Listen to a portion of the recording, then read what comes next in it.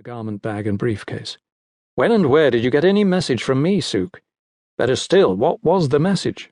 "At the Dorchester. I've still got it." She rummaged in the large white leather shoulder bag that matched her heavy winter coat. The clasp on the bag was a large gold-coloured letter T entwined with an S. He took the envelope from her, noting that the address was typewritten: the Principessa Tempesta, the Dorchester Hotel, to await arrival. Inside was one sheet of heavy paper containing a simple typed message. "Sukie, my dear, you could be in grave danger. Do not try to make contact, but get out of London and head to Washington, D.C. as quickly as possible, straight away if you can. Book yourself into a hotel and watch for me on all flights coming in from London. I should make it within 24 hours, but do not delay your departure. Just get out of London as quickly as you can. As ever." Then came his signature, which was a very good forgery. Not quite right, but good enough to take in Sukie. "Not me," he spoke curtly. "You took it at face value?" "Of course."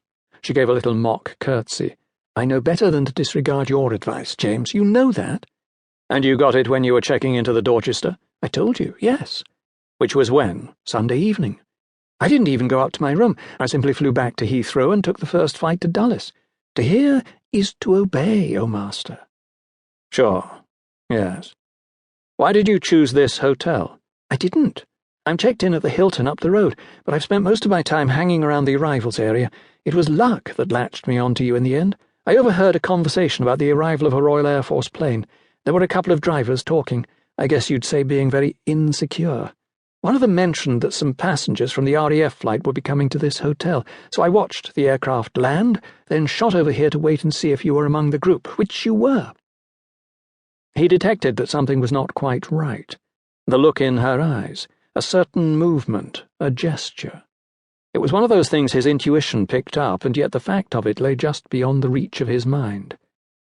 "You have a car?" he asked. "I rented a piece of Japanese high-class stuff, a Lexus, as soon as I got here." "Under your own name?" "It's the only one I've got." "You realize we have one hell of a serious problem." "It does seem pretty unusual." "That's like saying Perrier tastes like Krug." "Doesn't it?"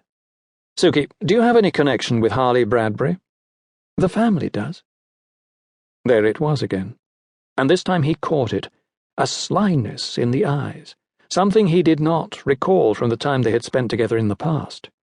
"You mean your family or the Tempestas?" "My stepsons, their wives, and the hundreds of sisters, cousins, and aunts.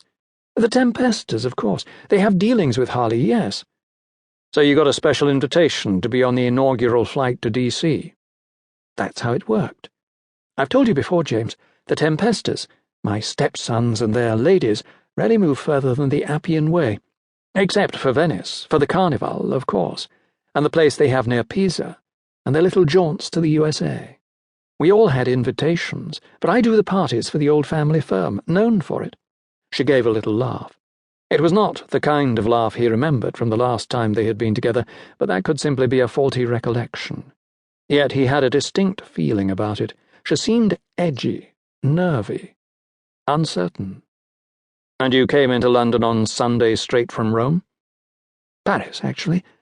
I spent last Friday and Saturday in Paris, flew to London on Sunday and bounced straight here as soon as I got the letter you didn't send me."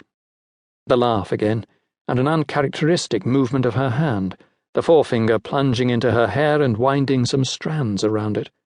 A child's action. He had seen small children do exactly the same thing, usually accompanied by a sucking of the thumb. It was as though in the past 4 years Sukie Tempesta had been subjected to great stress. "So, on Sunday night you got a message to say get out, go to D.C. and wait?" "Right." "And on Sunday night the only people who knew there was going to be a tragedy on Tuesday, that Harley Bradbury's Flight 299 was going to be blown to pieces, were the people providing the terror. Incidentally, you weren't the only one to miss the flight. Harley cancelled as well, and your name was still on the passenger list."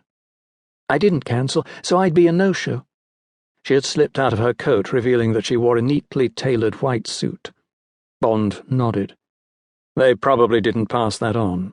They'd be anxious to get away on time, but the main question is why would anyone try to get you on a different flight by posing as me?" "That's what they did, Suke."